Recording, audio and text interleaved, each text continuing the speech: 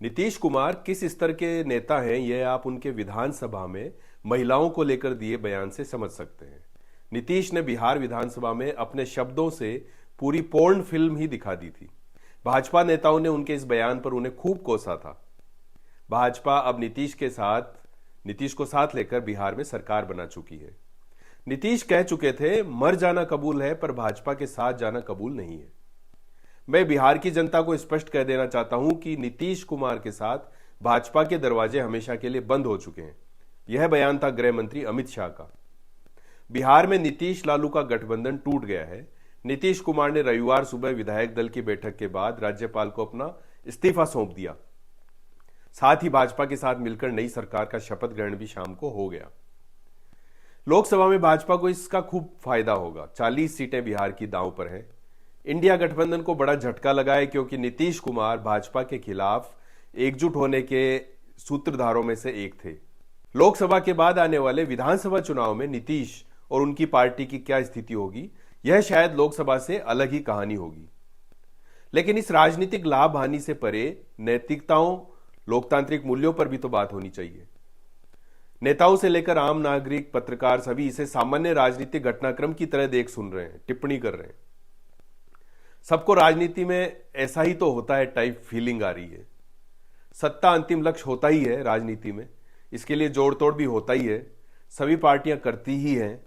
हम सब बिहार के प्रश्न को लेकर कमोबेश ऐसी ही समझबूझ से बात कर रहे हैं। लेकिन क्या यह प्रकरण सामान्य है अथवा हम असामान्य हो गए हैं, हम एबनॉर्मल हो गए हैं, विचित्र जैसे? ऐसी घटना को यूं सहमति सी दे रहे हैं हम क्यों? क्या यह अनैतिक नहीं है? किसने नीतीश कुमार को यह हक दिया कि एक से दूसरी और फिर दूसरी से पहली पार्टी का दामन थाम लेने का? भाजपा को किसने हक दिया कि सत्ता के लिए उसे साथ ले लिया जिसे गालियां देते रहे? यही काम आरजेडी ने भी पहले किया था। इन तीनों को किसने हक दिया कि मतदाताओं के सामने जिस पार्टी का विरोध करके चुनाव जीते थे, जिस विचारधारा के खिलाफ खड़े थे, उसी से हाथ मिला लिया? किसने हक दिया? क्या यह अनैतिक नहीं है? इस देश में चुनाव के कोई मायने हैं कि नहीं है? बिहार विधानसभा में कुल 243 सीटें हैं। 2020 के विधानसभा चुनाव में 75 सीटों के साथ राष्ट्रीय जनता दल आरजेडी सबसे बड़ी पार्टी बनकर उभरी थी। लालू यादव की पार्टी के बाद 74 सीटों के साथ भाजपा दूसरे नंबर पर रही। सत्तारूढ़ गठबंधन को लीड कर नीतीश कुमार की जनता दल यूनाइटेड महज 43 सीटें ही जीत सकी। इनके अलावा आरजेडी के साथ गठबंधन में चुनाव लड़ रही कांग्रेस के 19 उम्मीदवार चुनाव जीते। भाकपा माले ने 12 सीटों पर परचम लहराया। नीतीश कुमार ने साल 2020 का चुनाव बीजेपी के साथ लड़ा था। बीजेपी ने जहां इस चुनाव में 74 सीटें जीती थी, फिर भी 43 सीटें जीतने वाली जदयू के मुखिया नीतीश कुमार को सीएम की कुर्सी पर बैठाया। हालांकि 2 साल में ही फूट सामने आ गई। इसके बाद नीतीश ने एनडीए का साथ छोड़ दिया। नीतीश महागठबंधन के साथ गए और फिर से मुख्यमंत्री बन गए। उन्होंने लालू यादव के बेटे तेजस्वी यादव को उप मुख्यमंत्री बनाया और अब फिर इधर से उधर। उस मतदाता का क्या जिसने चुनाव में सोच विचार कर एक जनादेश दिया है, सबसे बड़ी पार्टी को सत्ता संभालने और राज्य के लिए नीतियां बनाने का संदेश दिया है, मैंडेट दिया है। उस आम मतदाता, प्रदेश के नागरिक ने राजनीतिक दलों को मनमाने ढंग से हर कुछ समय बाद अपना गठबंधन बदल लेने का जनादेश थोड़ी दिया है।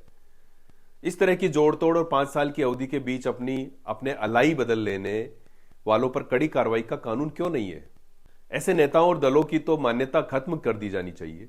सरकार बनाने का सिर्फ एक ही तरीका होना चाहिए कि मतदाता से जनादेश लेकर आइए। चुनाव में जिसके साथ मिलकर लड़े हैं, जनता के सामने आपने घोषणा की है कि हम मिलकर चुनाव लड़ रहे हैं, उसी के साथ आप सरकार या विपक्ष में रह सकते हैं। यही बाध्यता होनी चाहिए। ऐसा नहीं होता है तो यह जनादेश का मजाक है। हम हमारे लोकतंत्र को यह कहकर महान बताते हैं कि यहां हर मनमानी को रोकने के लिए चेक और बैलेंस हैं। कहां है? बिहार में जो हो रहा है और सब जानते हैं कि गलत हो रहा है, पहले भी गलत हुआ था, तो उसे रोकता क्यों नहीं हमारा महान लोकतंत्र? कहां सोई है हमारी मदर ऑफ डेमोक्रेसी? चलिए उसे सोने दीजिए, मगर आप तो जो घट रहा है उसे सामान्य घटना मानना बिल्कुल बंद कीजिए। जो कुछ घट रहा है उससे राजनीति और नेताओं की विश्वसनीयता और साख निचले पायदान पर आ गई है। आपने बतौर नागरिक और बतौर मतदाता इसे सामान्य घटना माना तो आपकी विश्वसनीयता भी खत्म हो जाएगी। जो हो रहा है उसे खुलकर गलत कहिए, ताकि अगली बार से ऐसे नेता और ऐसे पार्टियों की पहचान पक्की हो सके और आप उन्हें खारिज कर सकें। धन्यवाद।